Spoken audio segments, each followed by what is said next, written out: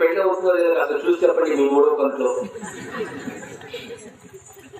నాకు MLA seat వస్తున్నారు కదా తెలుగుదేశంలో. నాకు రాకపోయినా వాటి కాకుండా మీరు ఏమైనా చేయగలరా మీ పవర్స్ ఉపయోగించి వాటి చండాలు వాడు కొంచెం మనం మీ పవర్స్ ఉపయోగించి ఏమైనా చేస్తే బాగుంటుంది. సో మై డియర్ ఫ్రెండ్స్, నాకు విపరీతమైన నొప్పులు ఉన్నాయి. నాకేమైనా చేయగలరా మీరు? నాకేం పని? నీ నొప్పులు నువ్వు భరించు. నేనేం చేస్తాను?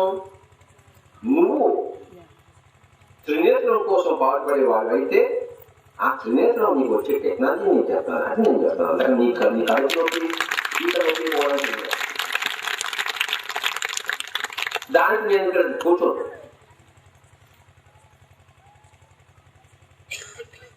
So pyramid spiritual society movement అంటే స్పిరిచువాలిటీ అంటే త్రినేత్రము అంటే డైరెక్ట్.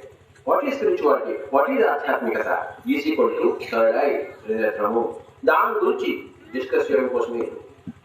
సరే, ఎలాగైతే విష్ణుమూర్తి గజ ఏనుగును రక్షించడానికి కింద దిగి వస్తే ఆయనతో పాటు రక్షణ అన్ని పరిగెత్తుకొచ్చారు.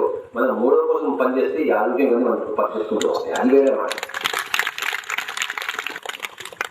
ఆ గజేంద్ర మోక్షం కోసం ఆయన దిగి వచ్చాడు. త్రినేత్రం కోసం మనం చాలా పాటుపడుతున్నాము. ఆయన దిగి వచ్చినప్పుడు ఆయనతో పాటు సపరివారంగా మొత్తం అంతా వైకుంఠం అంతా కలిసి వచ్చింది.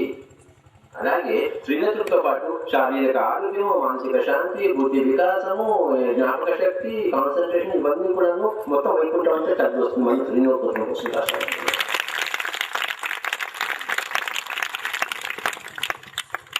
By product